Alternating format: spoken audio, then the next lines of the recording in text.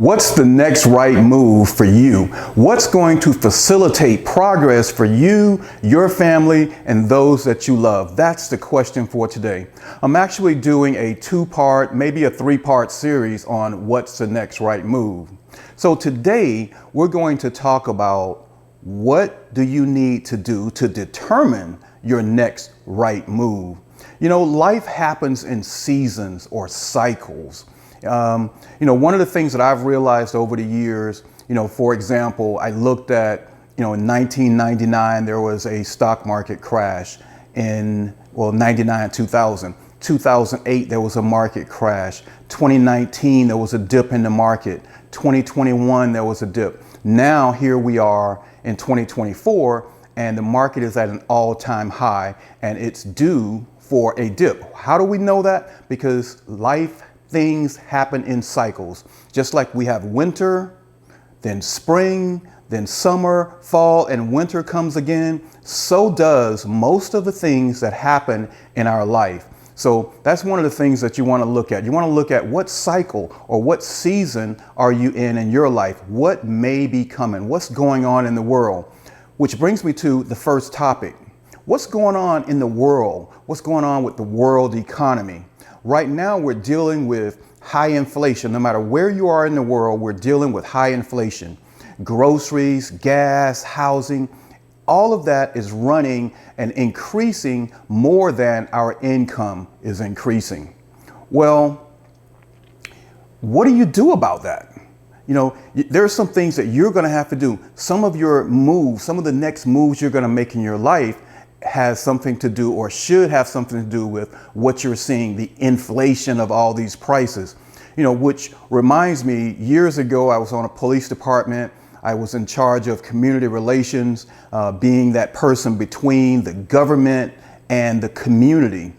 And unfortunately, one of the things that I observed, and I'm going to explain to you why, one of the things I observed was when the community wanted answers to, say, for example, a spike in robberies, there seemed like there was more robberies happening.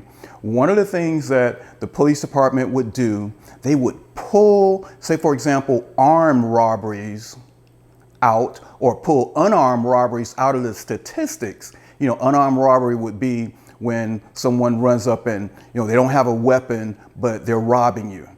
Now, they pulled that type of crime out of the statistics to make the numbers look lower. Well, our government does the same thing. When they tell us that inflation is only at 2% or 3%, whatever the case may be, well, now they don't include the cost of food, they don't include the cost of gas, and even housing. Well, those are the things that really impact us, but it makes their numbers look better. So we're being deceived. So numbers are really higher than they are. So that's one of the things that's impacting you. That's impacting the moves that you should or will make. Another thing, what's going on politically around the world? Overseas, there are wars going on. There seem to be increasing every day. We have here in this country, we have two parties, the Democrats and the Republicans. One wants division here in this country. The other party facilitates division elsewhere in the world. One party wants to take our rights, while the other party wants to give our rights and benefits to corporate America. These are things that are impacting you. It's going to impact, or it should impact, the decisions that you make. Okay, what does all of this mean for you? It means that we're dealing with higher cost individually. We're dealing with an unstable market, stock market, our financial market, all of that's unstable. We're dealing with increasing debt to our country. Our country is right now $35 trillion in debt and growing every day. What is that going to mean for you? The inflation, which we've already talked about. I don't want to get too deep off into that, but I want you to know that things like the debt that this country is in is going to impact this country. It is already, and it will at a greater level later on. There's countries like Turkey, Venezuela, they were dealing with the same things, and all of a sudden their dollar, or what's equivalent to their dollar, has lost most of its value. Things going through the roof, paying $100 for a loaf of bread, $50 for a gallon of milk, things like that. And that very well can happen to us. So I want you to be aware of what's going on in the country. All right, so what can we do personally to deal with these issues that we're seeing? Number one, I want you to think about shoring up your personal economy. Yes, you have a personal economy. There's a world economy, and then you have a personal economy. This is your financial life. How does it look? I want you to shore that up. How are you going to do that? Number one, you want to secure your source of income, whatever that is.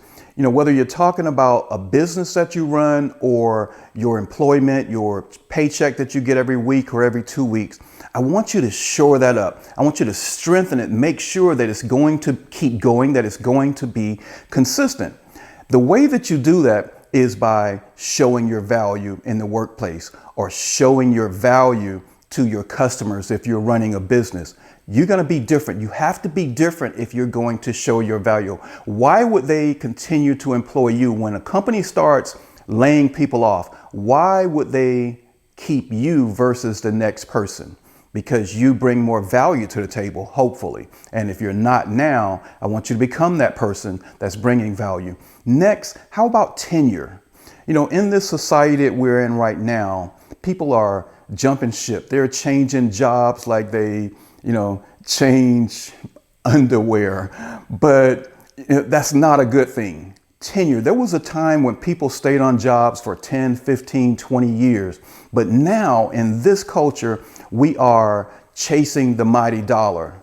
Well, when it comes times for companies to lay off or even to hire someone, they're going to look at how long have you been on the job? How long are you staying on jobs? So if your resume shows that you've hopped around on jobs every year, every 2 years, you've changed jobs, then you have less value. I'm an employer. I run businesses. And when I look at a resume and people are hopping around on jobs, I don't necessarily want to hire that person. Okay. All right. So tenure, your time on your job. Number 3 is to add to your skill set, become more valuable. Pick up another certification, pick up a degree, learn the positions of other people. I used to work for a mall probably 25 years ago, and I took that job as a security director. Well, within the next year, I had learned what the operations director did, the marketing director. I was able to do their jobs. So when that company started laying off, guess who they kept? They kept me because I was able to do the job of those people that they ultimately ended up laying off. So I showed my value by knowing the other positions. All right. And number 4, be intentional. Be intentional about the relationships that you have in business or in the workplace. Don't be that person that everybody talks about, that person that, nobody can get along with, or, you just have problems in the workplace. Don't be that person. Improve your relationships.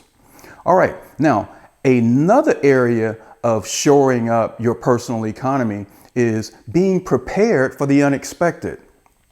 Are you prepared for emergencies? Emergencies can be financial, where the economy falters, or emergency could be when we have a natural disaster. I used to live in Florida. Hurricane comes, gas stations are shut down for 2 weeks because the power is out. And these days we're having power outages. We're having problems around the country with water sources being hacked, airlines being hacked. We were stuck in the islands for an extra day because the airline system was hacked a few weeks ago. So a lot of things are going on in this world that you need to be prepared for. Do you have a savings to deal with any of these unexpected events? Do you have in your house food, water, supplies, things that could take care of your family for a couple weeks in the event of emergency? Don't forget COVID. COVID, it's just around the corner a couple years ago, and stores didn't have things that we needed. We couldn't leave the house because we were in quarantine. So are you prepared for situations like that? So prepare your house, prepare your family for unexpected things. Right now I just heard that Dr. Fauci, the one that was the COVID expert, he was suffering very seriously from the West Nile virus. So the West Nile virus is working its way around the world right now. COVID is still alive and kicking. Then there's monkeypox. And know that our government is not going to tell us about these things until it's almost too late, because they don't want to send us into a panic. So being prepared, that's your next right move. Being prepared for the unexpected, being prepared to do the things that it takes, or be in a position to take care of your family, those that you love. That's the next right move for you. All right. This is part 1 of a part 2 or 3 series. So please check out the next video when we will talk about finances, more specific about the types of finances and what does it take for you to become successful on the financial part of this. All right, please like, subscribe, and share. Be blessed.